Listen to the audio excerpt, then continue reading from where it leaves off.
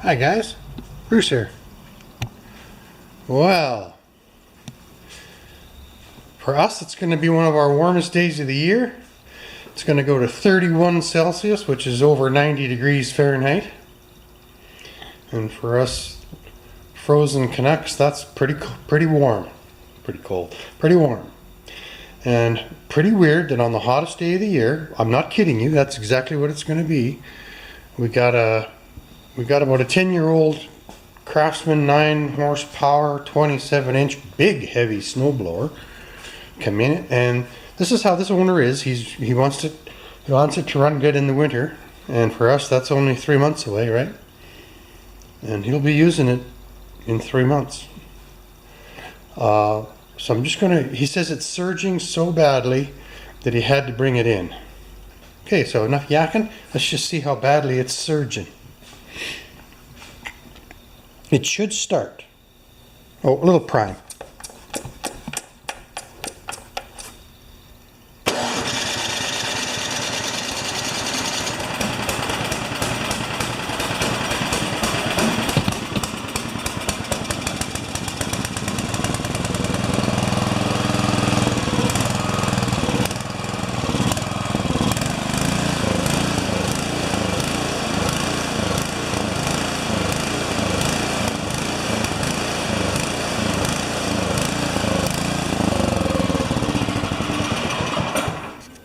Okay, that's surging.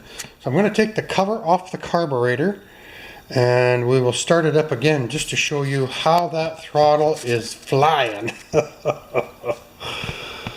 It's too bad I wasn't doing this in November. Alright, let's see how this goes. Yep, we're going to put that on there.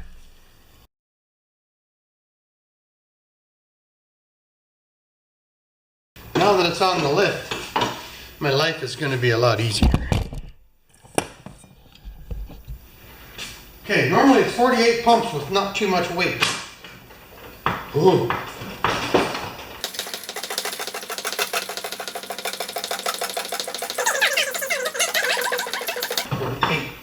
That's perfect. It means the ram is still good. I'm going to turn it around. So you can see the carburetor.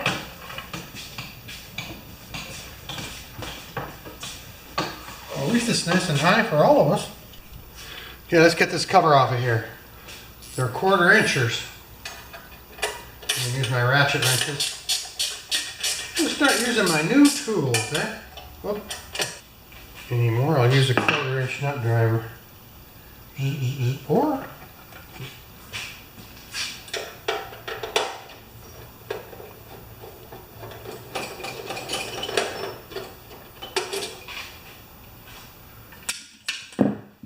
now the key should pull out, the choke arm should just pop off right over here.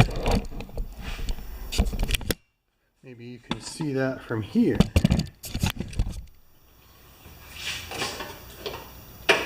There, that's nice. And the throttle should stay. Looks like there's one more bolt and it's a 5/16. One more up top. I have to tell you, I've had this snowblower in before. It was for chute repair. Perfect. Okay, that's a beautiful thing.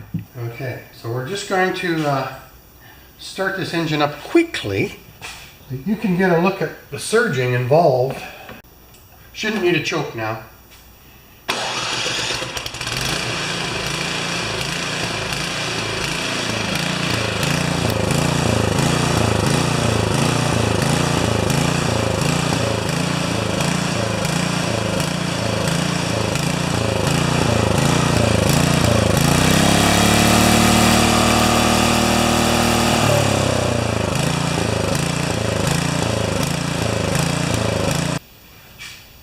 I'm going to have a quick look at everything and we'll go to plan B.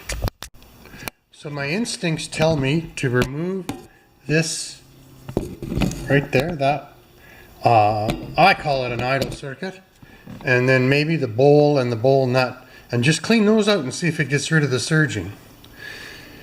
That would be the lazy man's way about it. and we'll see. I'm taking that little plastic cap off, you'll see it. Nothing's easy. There we go. That's the little cap. Now I'm going to remove that jet. I've already touched the muffler with my hand. Quasi-injury, and it's only been 10 minutes. Okay, there's the little jet that comes out of that. It's behind that plastic retainer, like that. And I'm just gonna get the Dr. Kit out.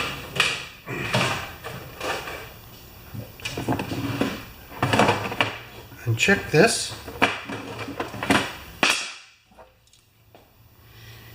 Looks good. If it shoots out the end, I can see through it this way, but I have to see if it shoots out the end. So let's just see that. Yes, I should have gloves on.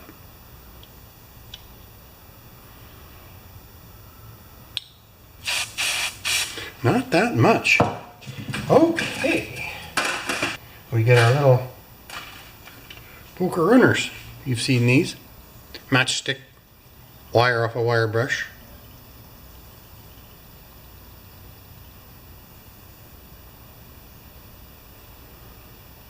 There it is. Okay, now we're going to see if that squirts through any better.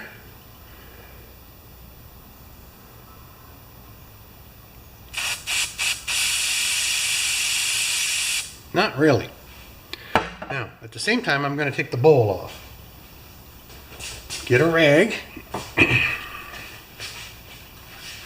And we'll remove the bowl.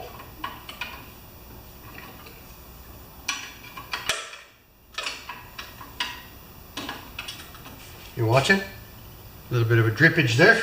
Should stop now. The beautiful thing about the Tecumseh carburetors is that everything fits everything. Bowls, caps, fuel lines. I think this is the jet that's plugged. Let's pull the bowl. If it comes. Okay, there's a little tiny bit of stuff in there. And enough to clog that jet.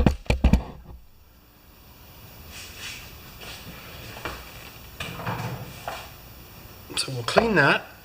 And we're also going to have and there's a little bit of scuzz on this one too, eh? Well, quite a bit actually. So now I'm going to take my 28 gauge wire and poke it through the jet here. Let's get a clean towel. Okay, here we go.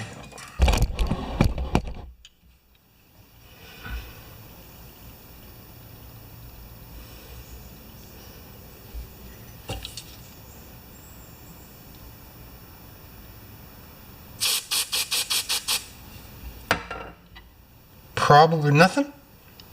And let's try and shoot through it vertically.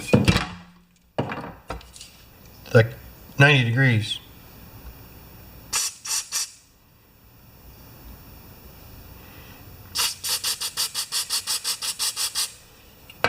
I don't know if I got anything or not.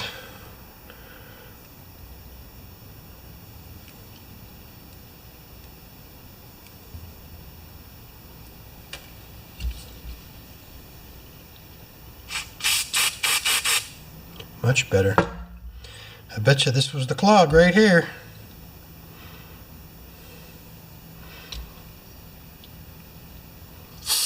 Oh yeah. Are you with me, guys? Yes, you are. So it should come out like a T when I squirt down through here.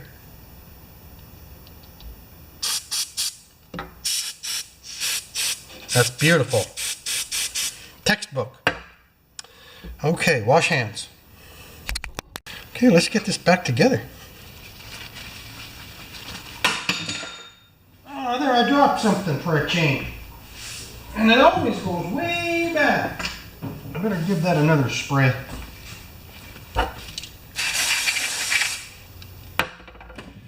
Okay. Let's put everything back together. just for now. I am eventually going to do something different with this carburetor, but I want to see if I got the surge. Sounds like a disease. He's got the surge. Okay, I'm going to use a socket to tighten that up.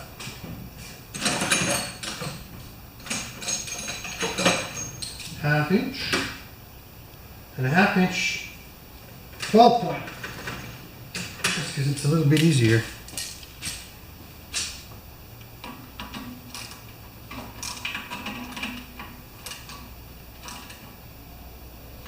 Good. I'm going to put this jet back in. I'm not going to put the little cap back on because I'm just going to do a test run. Okay, and you guys are watching, you know what I'm doing. I'm sticking in this little tiny jet. Okay, let's turn the gas on. Turn the gas on. Let it fill. Should start filling already. Yep. Let's try and start this bad boy. It's still plugged in. It's leaking. That's what happens when you prime it too much, right? I got the...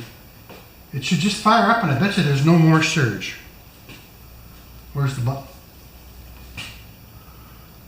Choke.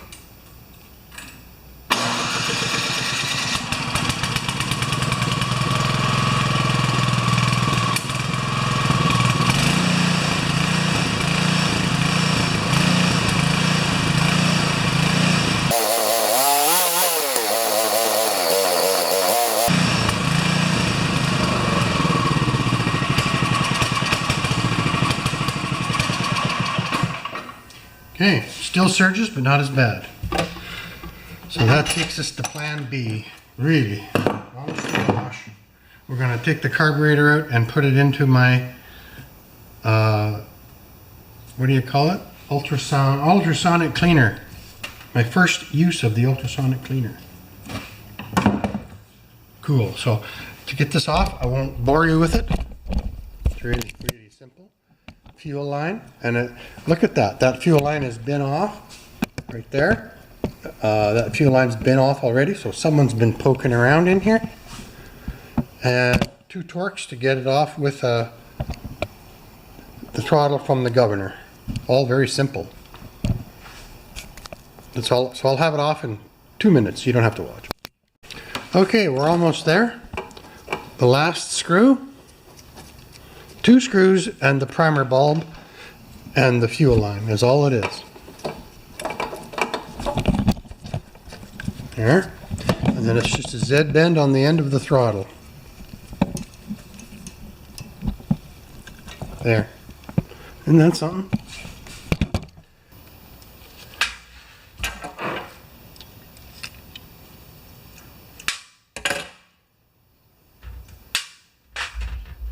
Good. And I think I'm even going to get my Tecumseh tool and take that jet out of there. Okay, you guys have seen this. I haven't used it for a while. There it is. Everything's still soft and pliable. Okay, now is a perfect time to do the ultrasonic wash on this carburetor. It's pretty clean.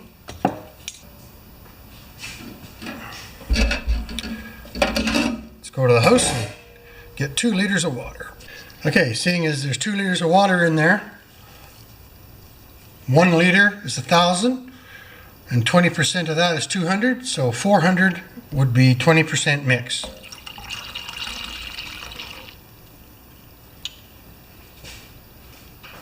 Okay, so now I'm going to preheat this bad boy. It's exciting. So once again, if there's anybody that's has a suggestion or thinks I should change, chime in politely. Okay, power, heating switch, timer, cleaner.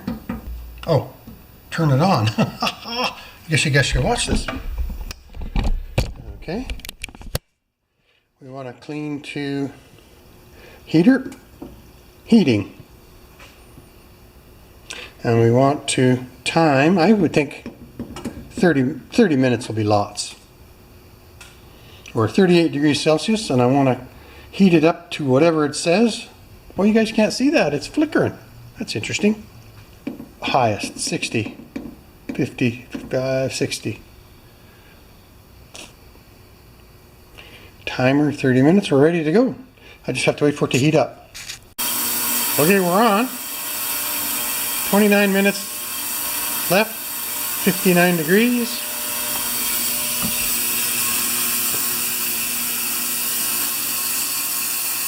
It's a pretty clean carburetor, right? All right, now we're going to remove the goodies from the container. Okay, I think I better use the pliers. It is 64 degrees Celsius. And have a look.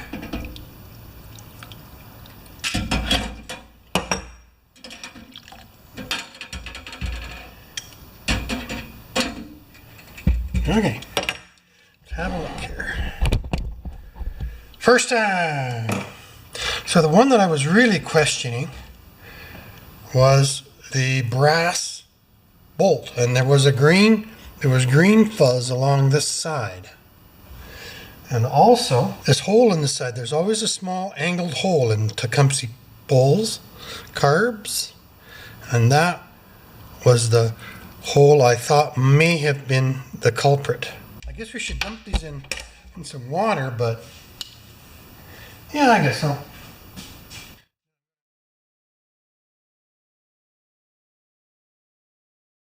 Okay, so we'll rinse that one. Rinse that one. I made a little basket for the small parts.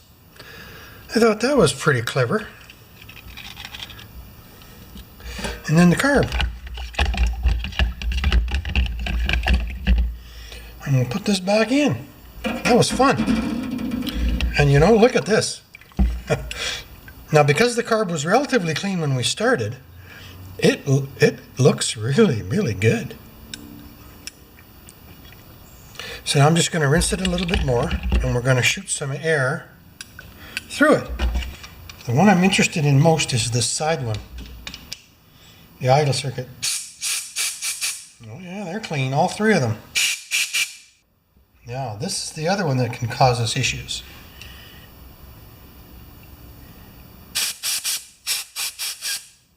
Now, I'm going to be a scientist on this job. You guys know I'm kind of into that.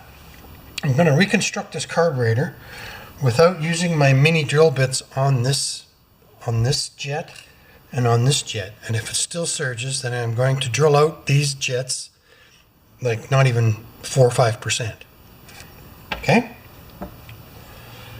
So let's just put it back together. I'm going to get just a bit of methyl hydrate. This is just gasline antifreeze, right? And it absorbs water so that you can burn it. Okay, I'm just going to pour methyl hydrate over this carburetor, and then if there is any moisture, the methyl hydrate will absorb it. Good. I'm going to use the old bowl seal because it feels great. Assembly of a Tecumseh carburetor, not much to it, eh? And then this little goober goes right in there. If it doesn't surge anymore, we won't take it off. We won't take it off the machine again. Love that idea. And I think we're done assembling this carburetor. So I'll come back when we've got it on. Alrighty then, the carburetor is on. We're at 3/4 throttle, choke, but there's no fuel in it yet. We have to go around to the other side. Now the gas is just creeping through right now, right? Should see a little bit of gas leak out there. See that? Those are nice things. And we should fire this baby up. And I wonder if we're going to get a, what do you call it, a pulsing or surging? I think it still will. I think the jets need to be enlarged on the bottom jet and the idle jet right over here. That's what I call that, the idle jet. If I'm wrong, let me know. Here we go. Should just fire up. Boom.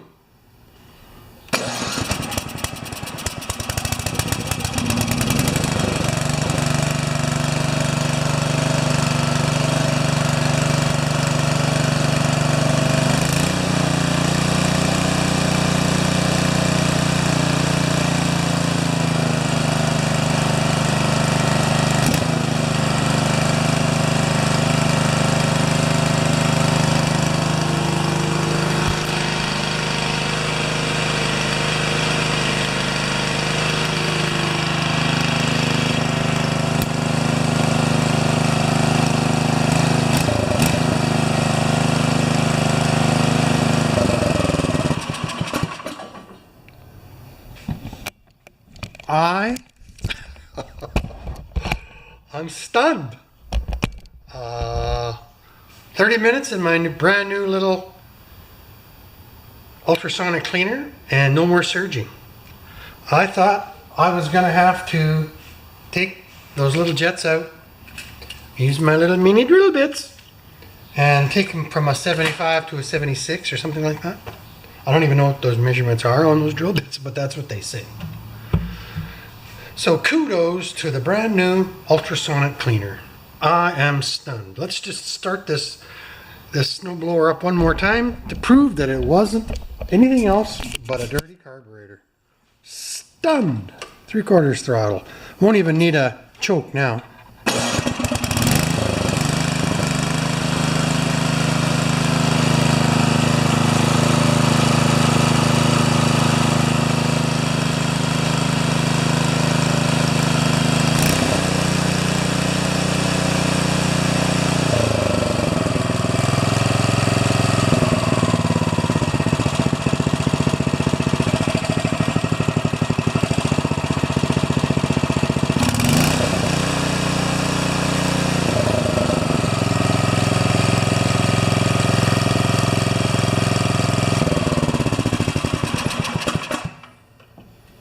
Crazy, man. And for those of you from the United States or southern climes like Australia that don't know what snowblowers are about, the starter on these bigger ones is just an electric motor. That's a switch, and the electric motor is the starter right there. They look like a starter, but they're done on AC, so you don't have to pack a battery around and all that other stuff. Alright, it's pretty weird for me to be doing snowblowers when it's 92 degrees outside. But my garage is really cool because it's dug down 2 feet into the ground, so it's like a little small basement. Okay, let's get this thing off here.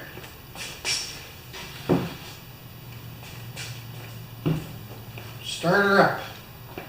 No choke, don't need that. 3/4 throttle. Button. Fuel. Go.